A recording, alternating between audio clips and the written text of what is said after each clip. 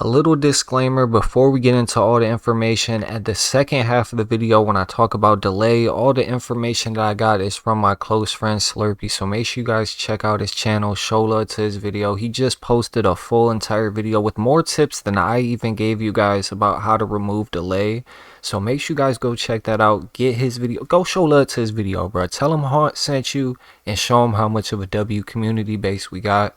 And let's get straight into this video. Yo, what's good YouTube? It's your boy Haunt. Today I'm going to be giving you guys the best controller settings and tips to remove delay in NBA 2K24. Make sure you do drop a like, sub, turn on post notifications, and also let me know any videos that you guys want to see in the comment section. Now without wasting no time, let's just jump straight into it. Now this year there's a lot of different controller settings. It's not like last year, and they also changed a lot of things. So there's shot timing, visual cue, right? And I'm gonna break these down for you real quick because this is the most important one out of all the rest of these. The rest are kind of personal preference, but I'll still go through them with you, but this one's the most important. Now you got jump. This is like very early, and then you got set point, which is like early, and then you got push, which is late, which is what I like to use because I feel like the game is a little delayed. There's different shot timings. You know, having late I feel like is the easiest one for me personally, but it's all up to you guys what you guys want to do. And then release would be very late. Now there's also shot timing for shots and layups, trigger effect. These two things I turned off immediately because I hopped into a game and my remote was just vibrating, doing a whole bunch of turbulence, and I could not take it. So I went and I just turned both of these off completely.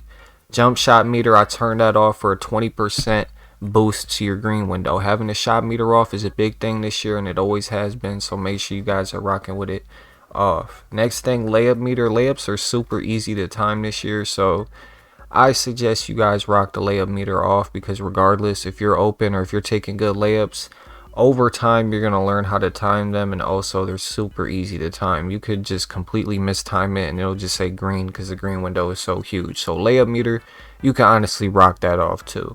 Now the free throw meter, I usually keep that on, but it depends because I have like a really low free throw, so I don't know, it helps me to have it on, but that's completely up to you. Now there's also a bunch of different settings this year where you could change the size of your meter, the size of your, you know, my player indicator, the perfect release location. As you guys can see, there's a bunch of different settings. These ones are specifically all personal preference. You could copy mine if you want, but everything's different. Like if you want to see your green above your player, you could switch it to above the player. That's what I like.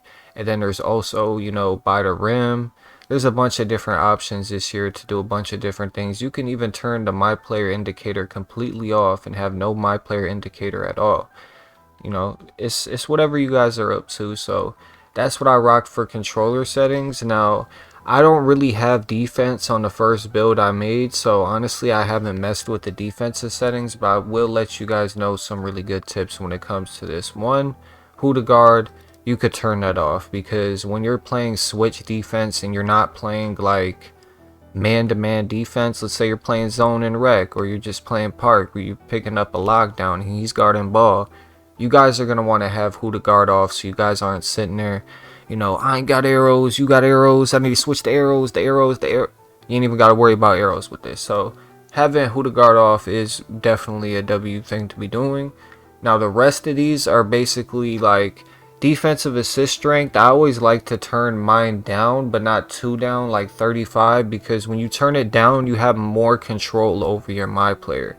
But when you have total control over your my player, like at 0, sometimes it starts to feel like you start sliding.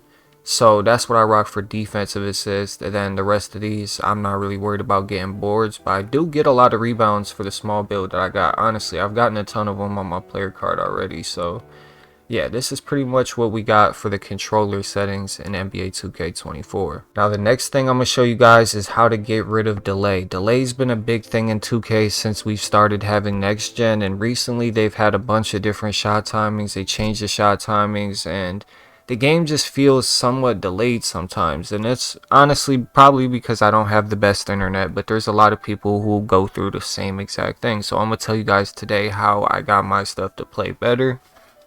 I will be getting better internet soon, so I won't be having to go through lag spikes and stuff like that for long. I definitely will not be. The first thing I'm gonna say when it comes to, you know what I mean, everything, just delay in general. When I first got my PS5, my resolution was on 2160p. I know it says it's not supported, but it used to be supported, and that's what I had it on. But personally, if you guys play with a lot of delay, just move it down to 720p. It'll probably help you guys out a lot. The quality might not be the best, but I'm pretty sure you're not playing the game to see the sweat on your my player's hair as you're dribbling the ball down the court. So that is a big thing for removing delay. Now there's two more things that you guys could do to remove delay. One, play with your remote plugged in, because I feel like when I play with my remote plugged in, it feels a little less delayed, honestly. And on top of that, you know, disconnect whatever you got from the Wi-Fi, your phones, all that, so you could try have the best internet experience. And there's also a little button on the back of, it's not a button, but like if you guys look on the back of the PS5 remote next to Sony, there's a little circle with like a hole.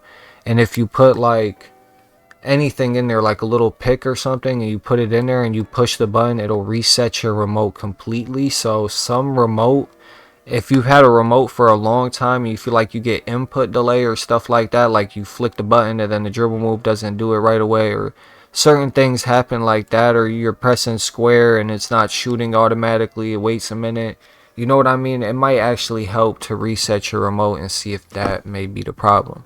So that's pretty much all I got for you when it comes to removing delay in the best controller settings in NBA 2K24. I hope you guys enjoyed this video, and until the next time, your boy Han is out. I might have some gameplay next to this, but depending how long this video is right now, I don't know, man, because I'm not going to drag the video on too long for y'all, so y'all might just have to catch gameplay in the next video.